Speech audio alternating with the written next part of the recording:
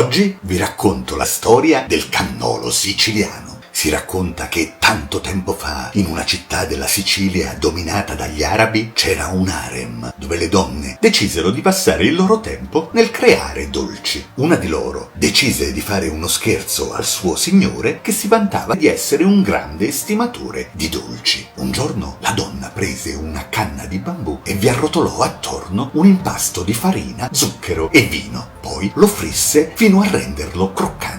Ma il vero colpo di genio lo diede sul finale. Prese della ricotta di pecora freschissima, la lavorò con lo zucchero e pezzi di cioccolato e riempì il tubo croccante con quella crema soffice e dolce. Il risultato fu straordinario. Quando a sera il signore tornò nel suo palazzo, la donna gli presentò il dolce dicendo: «Mio signore, ho preparato per voi qualcosa che non avete mai assaggiato». Il signore prese il dolce e lo addentò. Fu subito colpito dalla croccantezza della cialda e dalla dolcezza della ricotta che gli si sciolse in bocca. E in un batter d'occhio il piatto diventò vuoto. Chiese alla donna il nome di quella delizia. Lei, con un pizzico di malizia, rispose: «Lo chiamerò cannolo, in onore della canna con cui l'ho fatto e della sorpresa che nasconde dentro». E così, tra risate e complicità, nacque il cannolo siciliano, un dolce che ancora oggi racchiude in sé il sapore della tradizione e l'astuzia di quella donna ingegnosa. E voi, cari amici del narratore, qual è il vostro segreto per fare un cannolo perfetto? Se vi va, condividete le vostre ricette e le vostre storie di cannoli nei commenti. Sarei curioso di conoscere i vostri trucchi in cucina. Ciao!